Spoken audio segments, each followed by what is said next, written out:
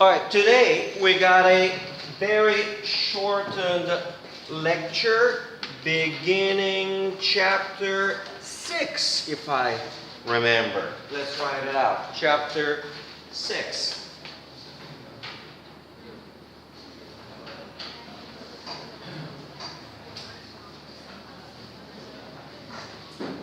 You guys need me to take another 10 minutes? All right, chapter 6. It's got some complicated names. I guess we got to separate a lot of people. You just keep talking. I don't know why. It's got some complicated names, but I'll just start with annuities. Okay? And that's exactly what 6.1 is. 6.1.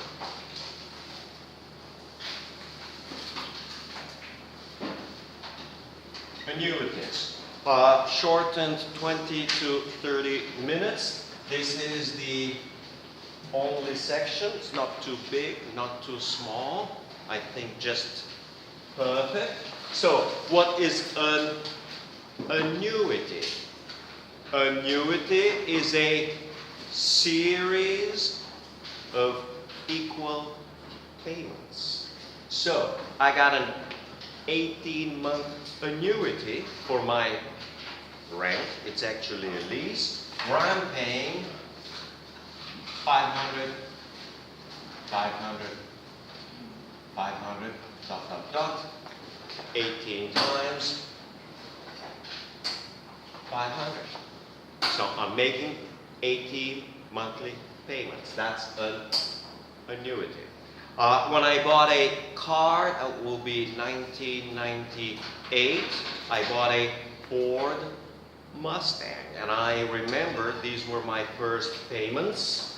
I paid $273,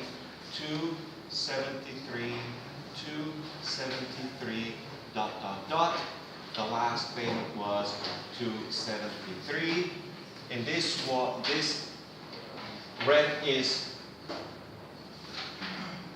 18 months, and this was 5 years, so I paid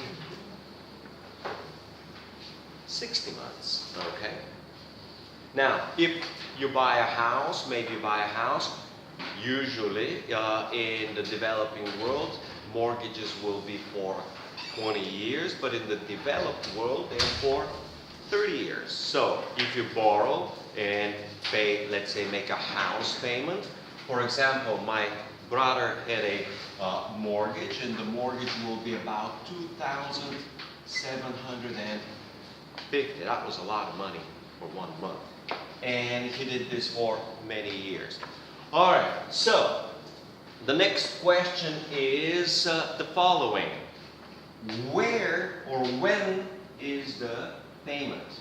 This is period 1, period 2, period 3, period 4, period 5. The first payment can be here in time 0. That's how I pay my rent. And then my second payment is here. And my third payment is here, okay? So if I have 18 periods, so I'm putting in ... then I have a few more. It's going to be period 1, 2, 3, 5. It's going to be 17, 18. I'm going to be making payments in, meaning time 0, time 1, up to time 17. Okay? So, when you make payments up front at the beginning of the period, it's called annuity due. Due in this particular case means upfront. Now, instead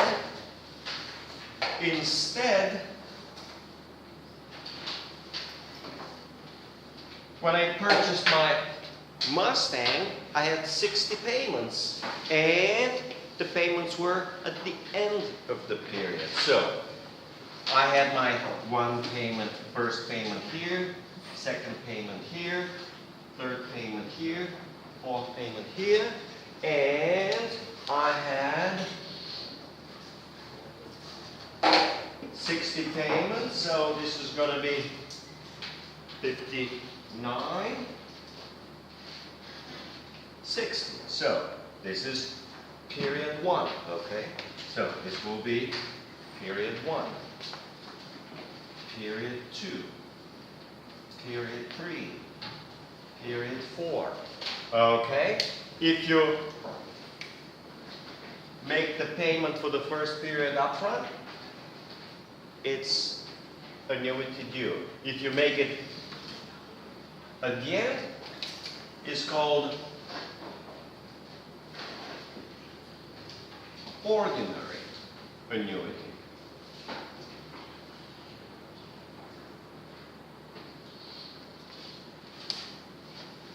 Annuity due is very, very common in business for rent. Almost everywhere in the world, the expectation is that you pay the rent first. You pay the rent upfront. That's practically everywhere in the world. I have lived in just about 10 countries, and in each one of them, rent was supposed to be made up front. And the other common practice is insurance. Whether it's car insurance, motorcycle insurance, life insurance, whatever insurance, you pay insurance first, and then you're covered for the period. You pay insurance again, and you're covered for the period. Insurance is expected to be paid up front. Okay. An ordinary annuity is typically for debt. You borrow the money today, the first monthly payment will be after 1 month. Okay. Now, next thing. Payment period. I gave you all examples of payments which are monthly. And they can be monthly. But more commonly, they are annual, meaning once a year.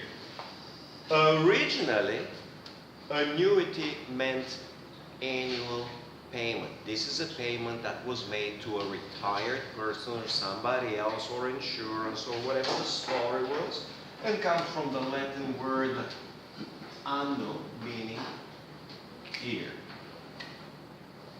So historically, these were annual payments, but later on, as finance develops, they became equally common to be monthly payments. Okay? All right, so now that we figured out what the payments are, and again, whether they are, let's say, 500 annuity due or ordinary annuity, the next task is fairly straightforward. Oh, okay. Just to make a little trick, we got a page 177. And on page 177, they actually have the payments, and the payments are actually 5,000. So I can use, instead of having my 500 grand, we could use a 5,000 payment, okay? The next task is fairly straightforward. You can convert all payments at the end of the period, okay? You can convert all payments at the end of the period, or alternatively, you can convert all payments at the beginning of the period. Okay?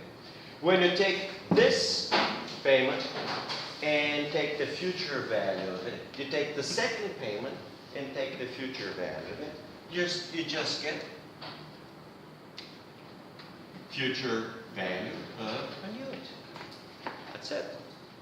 And if you take all these future payments and convert them to time zero, you get the present value of an annuity. And the conversion works exactly the same as we did in the previous chapter. For this payment, you take the present value. If it's present value, you take the present value for one period. For this payment, if it's ordinary, you take the present value and then you sum. For this, you take the present value and sum. For this, you take the present value and sum.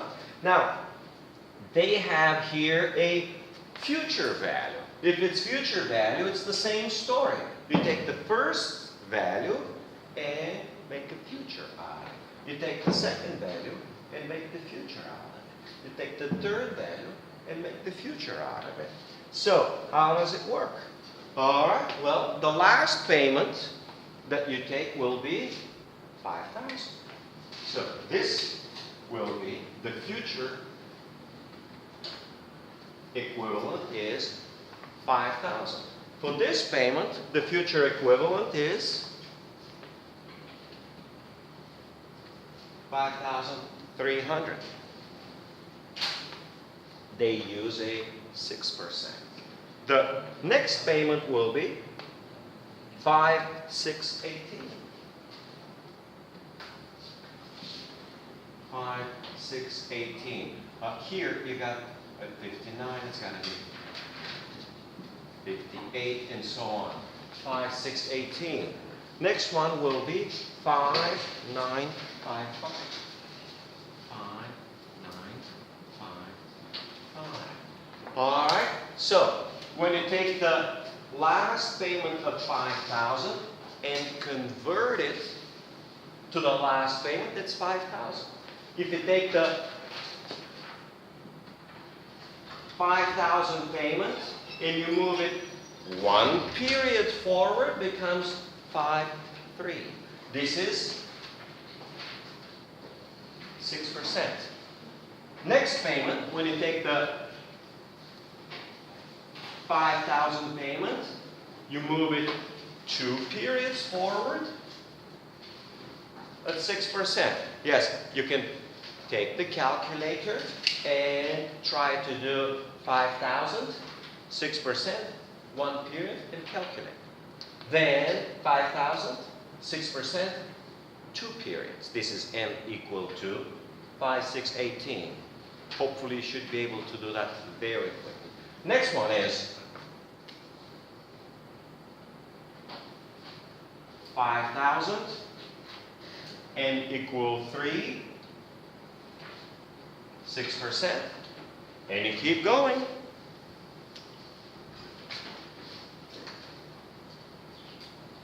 5,000, 4 periods, 6%. What's the number?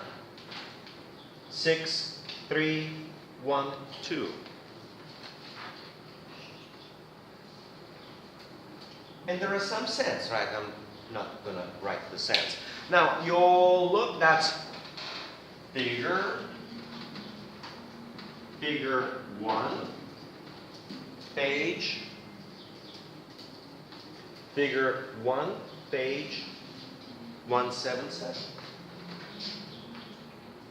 Okay? And you can also do this in a table.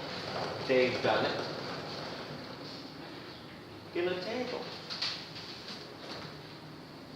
And if it's a 5-year payment, you have here will be 1, 2, 3, 4, 5.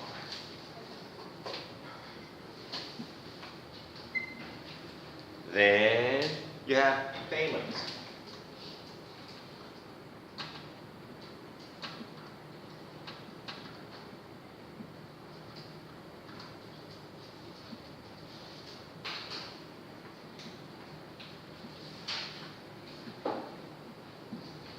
Okay?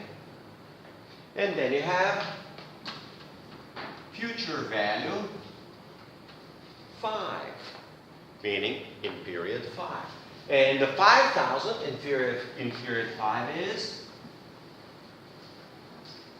5,000. The next 5,000 is 5,003. And the next one is 5, 6, 18. Okay. And what else we got? 5, 9, 5, 5. And the last one is 6, 3, 1, 2.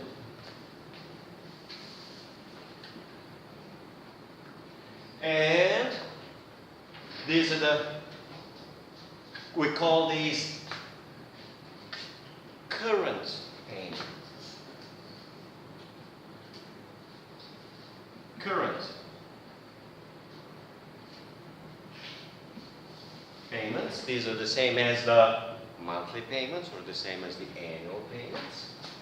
And this is the future value of the current payment. And you just add it all up. And the total is 28, 185.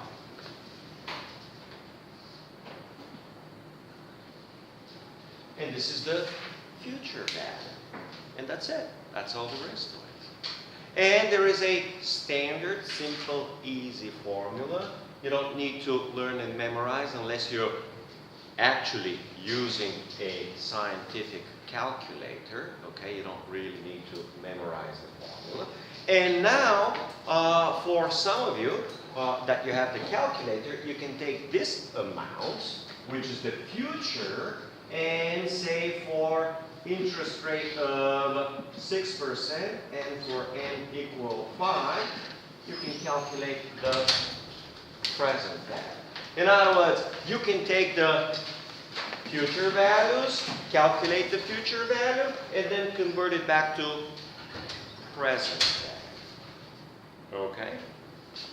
So, essentially, you do the following.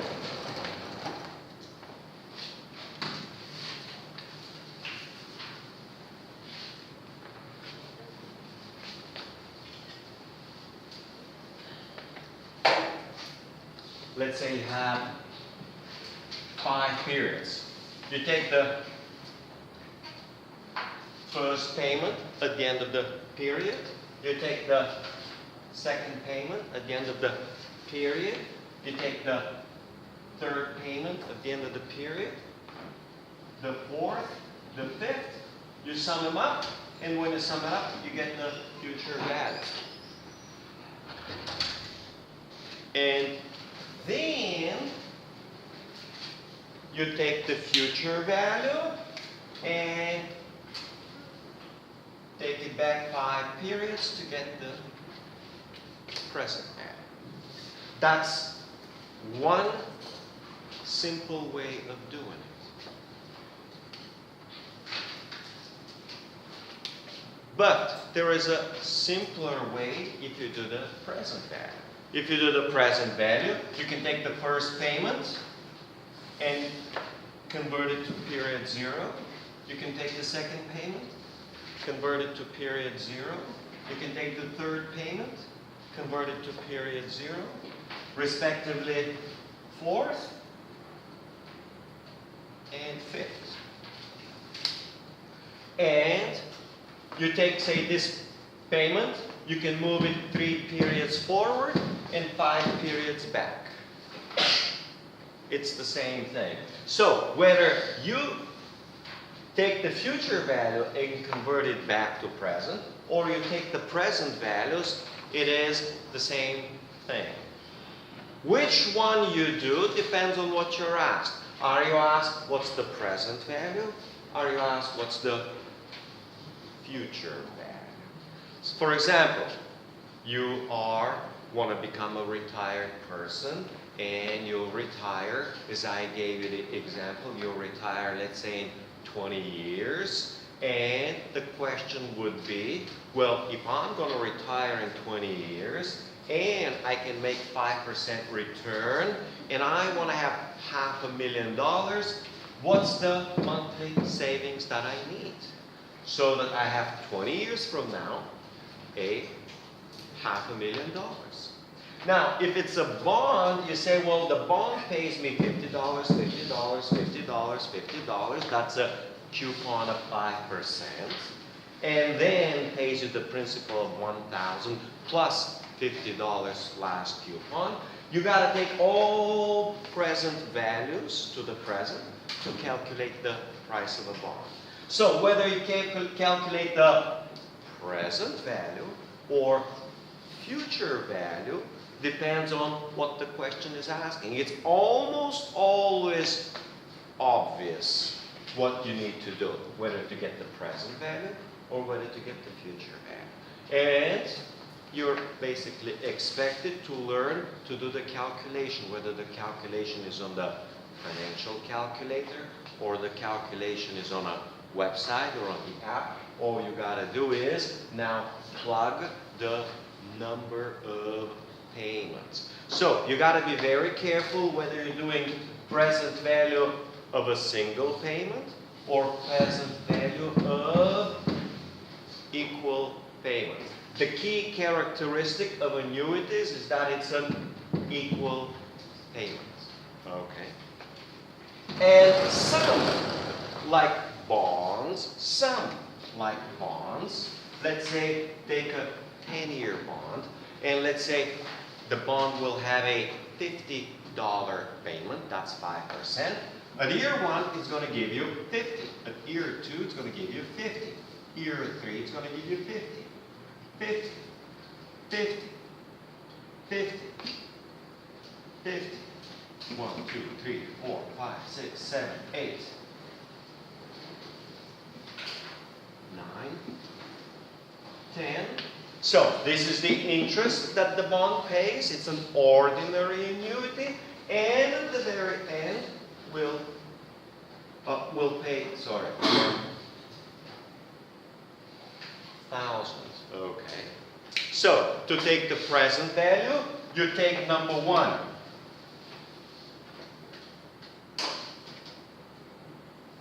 This annuity of 10 payments, you discount whatever the yield is or whatever the return is, let's say 4% or 3%, okay? Currently, let's say on a 10-year bond, it's 2.6%. And you separately take this payment, okay? And then you add up the interest to the principal. And that's how it works. So that's for a bond. Let's see what else I got for today. So I explained annuity. I explained what is an ordinary annuity, which means payments coming up front. Then on page 176, you got the future value of an annuity. These will be figures 1 in the table. There's a formula. Now, in annuity,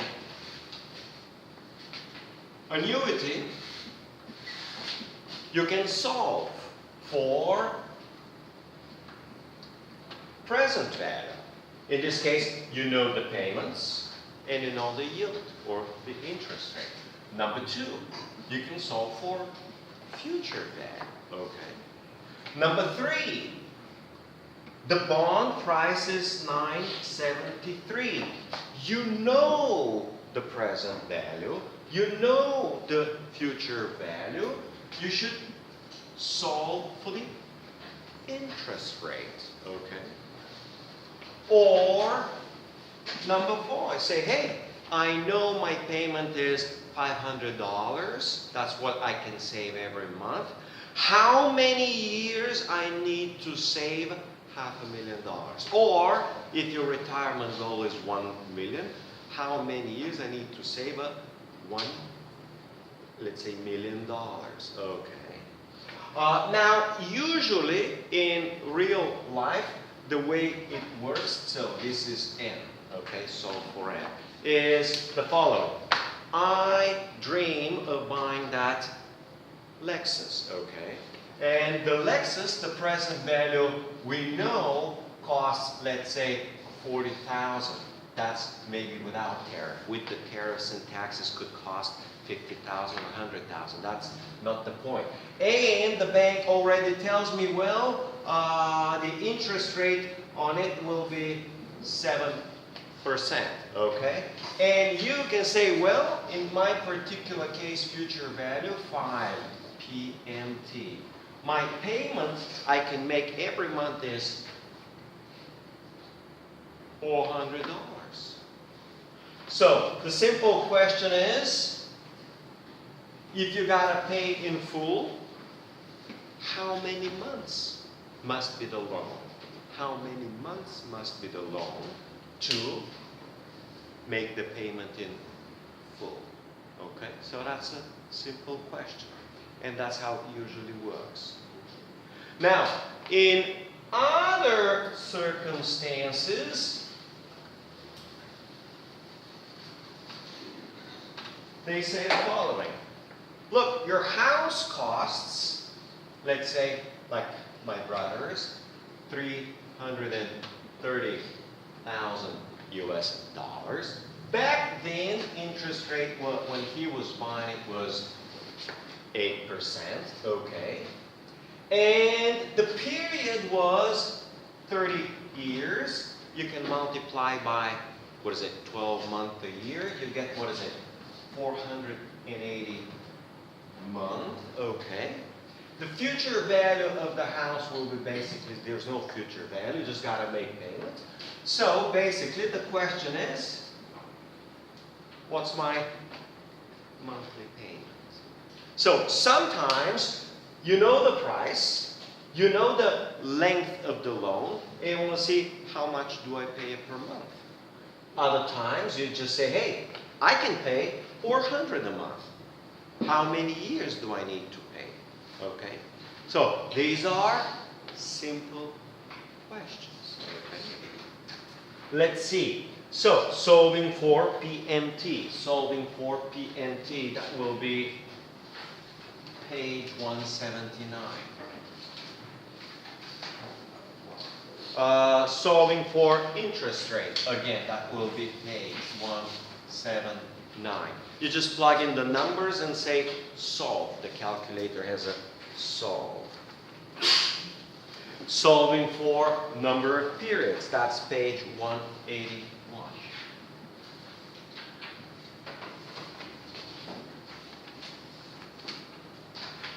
Okay, and you can do present value, and you can do future value. And I just explained with loans, when you borrow with loans, this is called an amortized loan.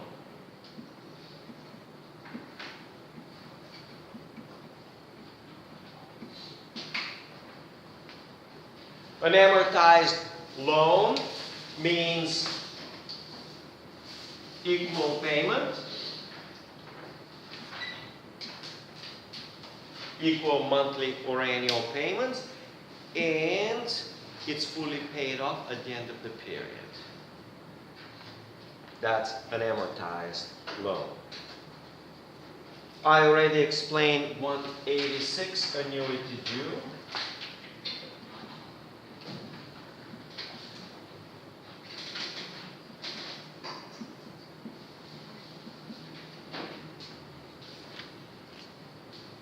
And you can get a present value of ordinary annuity or annuity due. You can get a future value of ordinary annuity or annuity due. Now, when you're doing the calculator, my Casio has a special button. The first button is, if you're doing annuities, whether the payment is at the beginning of the period due or at the end of the period. You always have to be careful. Guys, please pay attention because you can get, in trouble later on is you set up the calculator at the beginning, it will remember and make all calculations at the beginning until you change it at the end. So if you got a switch, usually for example, on the exam was going to give you first the one type, then the other type, you got to keep switching back and forth.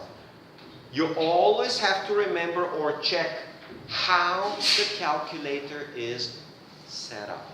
Okay, that's important. And that's pretty much it. All right.